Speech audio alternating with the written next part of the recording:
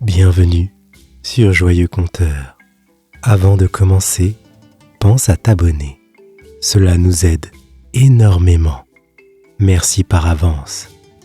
Ferme les yeux et laisse-toi transporter par cette histoire s'intitulant Amara et les mystères d'Afrique. Dans le village de Bassa, au cœur du Cameroun, vivait une petite fille nommée Amara. Curieuse et rêveuse, elle aimait écouter les histoires racontées par sa grand-mère sous le grand baobab du village. Ce baobab était vénéré par tous, car on disait qu'il abritait les esprits ancestraux.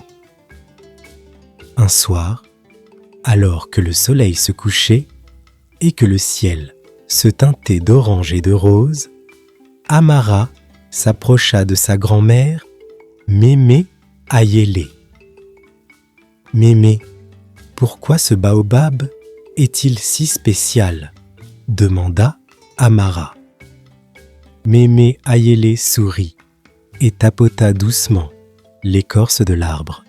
« Ce baobab est le gardien de notre histoire. Il a vu nos ancêtres naître, grandir et partir. Il est la mémoire de notre village. On dit que lorsqu'on écoute attentivement, on peut entendre ses murmures. » Curieuse, Amara posa son oreille contre le tronc rugueux du baobab. Un murmure doux, presque imperceptible, résonna dans ses oreilles.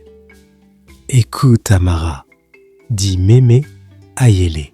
« Il te raconte une histoire. » Amara ferma les yeux et écouta attentivement. Elle entendit des chants, des rires et des récits d'aventures des temps anciens. Une paix profonde l'envahit et elle se sentit connectée à ses ancêtres. C'était comme si le baobab l'invitait à découvrir les secrets et les légendes de son peuple.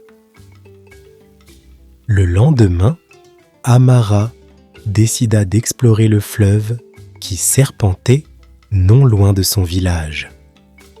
On disait que ce fleuve était magique et qu'il pouvait révéler des souvenirs oubliés. Amara voulait en savoir plus. Alors qu'elle marchait le long de la rive, elle rencontra un vieux pêcheur nommé Baba Tali.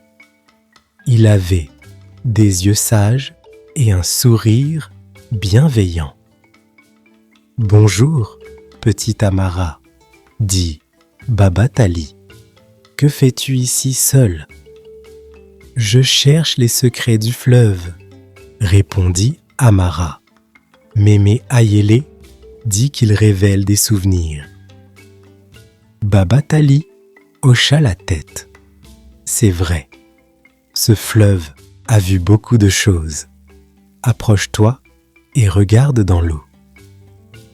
Amara s'agenouilla au bord du fleuve et fixa la surface scintillante. Peu à peu, des images apparurent. Elle vit des scènes de son village tel qu'il était autrefois. Des fêtes, des danses et des rituels anciens. « C'est incroyable !» s'exclama Amara. « Comment est-ce possible ?» Baba Tali sourit. « Le fleuve est le miroir de notre passé. Il garde en mémoire les moments importants de notre communauté. Mais souviens-toi, Amara, il ne montre que ce qui est dans ton cœur. » En écoutant le murmure de l'eau, Amara sentit une connexion profonde avec les générations passées. Elle réalisa que chaque histoire, chaque souvenir faisait partie d'un tout plus grand. C'était comme si le fleuve lui chuchotait les secrets de son peuple, reliant le passé au présent. Un après-midi, Amara se promenait seule dans la savane environnante. Soudain, elle aperçut une colline parsemée de fleurs éclatantes. Intriguée, elle grimpa jusqu'au sommet et découvrit une clairière où une femme se tenait. « Bonjour Amara », dit la femme avec un sourire bienveillant. « Je m'appelle Nandi. » Amara resta bouche bée.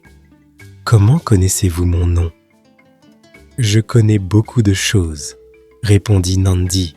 « Je veille sur cette terre depuis des siècles. J'ai entendu les histoires de tes ancêtres et vu les rêves de ton peuple. » Amara s'approcha, fascinée. « Vous êtes la gardienne des secrets de la savane ?» La femme hocha la tête. « Oui, je suis la gardienne. Chaque arbre, chaque fleur, chaque animal a une histoire à raconter. Je les écoute et je les protège. » Nandi tendit la main, faisant apparaître une petite lumière flottante. Cette lumière guide ceux qui cherchent la vérité et la beauté dans le monde. Amara observa la lumière, émerveillée. « Que puis-je apprendre de vous, Nandi ?» La véritable magie n'est pas dans les sortilèges, mais dans l'amour et le respect pour la vie qui nous entoure et des ancêtres. Amara, touchée, comprit qu'elle devait préserver et transmettre les histoires de son peuple avec amour et respect. « Merci Nandi, je n'oublierai jamais cette leçon. » Nandi sourit et la lumière se dissipa doucement.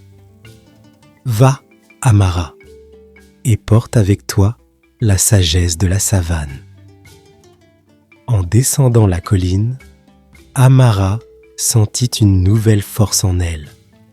Elle savait qu'elle devait être la gardienne des histoires de son peuple. Un soir, le village tout entier se réunit autour du baobab pour célébrer la fête des ancêtres. Des lanternes étaient suspendues aux branches et les villageois dansaient et chantaient en hommage à ceux qui les avaient précédés. Amara, vêtue de ses plus beaux atours, rejoignit Mémé Ayélé près du baobab. « Mémé, que faisons-nous ce soir ?»« Ce soir, nous honorons nos ancêtres et renouvelons notre pacte avec eux, » répondit Mémé Ayélé. « Écoute bien les chants et les histoires, car elles sont notre héritage. » Les anciens du village commencèrent à raconter des légendes sur la création du monde, sur les héros qui avaient protégé le village et sur les esprits qui veillaient sur eux. Amara écoutait attentivement, absorbant chaque mot. Soudain, un vent doux se leva et les lanternes se mirent à scintiller plus fort. Le baobab semblait murmurer des mots d'encouragement et de sagesse. « Amara, dit Mémé Ayélé, notre village compte sur toi pour perpétuer ces histoires et ce lien avec nos ancêtres. Promets-moi de toujours écouter et respecter notre passé. » Amara acquiesça avec détermination. « Je le promets, Mémé. Je veillerai à ce que notre histoire ne soit jamais oubliée. » La nuit se poursuivit dans une ambiance de célébration et de communion.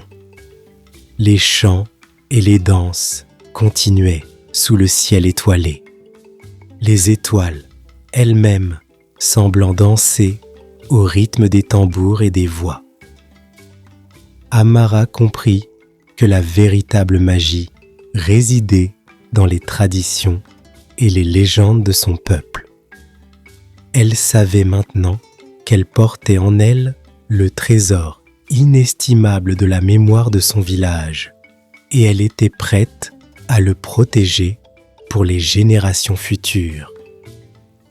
Et dans cette nuit paisible, entourée des murmures du baobab, des chants du fleuve et des rythmes de la savane, Amara trouva sa place dans le grand cycle de la vie, prête à préserver et à transmettre la poésie et la magie de son héritage africain. Chers petits rêveurs, cette aventure touche à sa fin. J'espère que cette histoire a illuminé ta soirée autant qu'elle a égayé la mienne.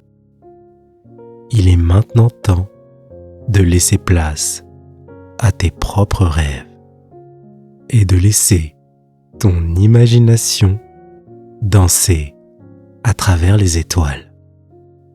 Ferme doucement les yeux, emporte avec toi les merveilleux souvenirs de cette histoire et plonge dans un sommeil enchanté. Fais de beaux rêves et à très bientôt pour de nouvelles histoires sur Joyeux Conteur.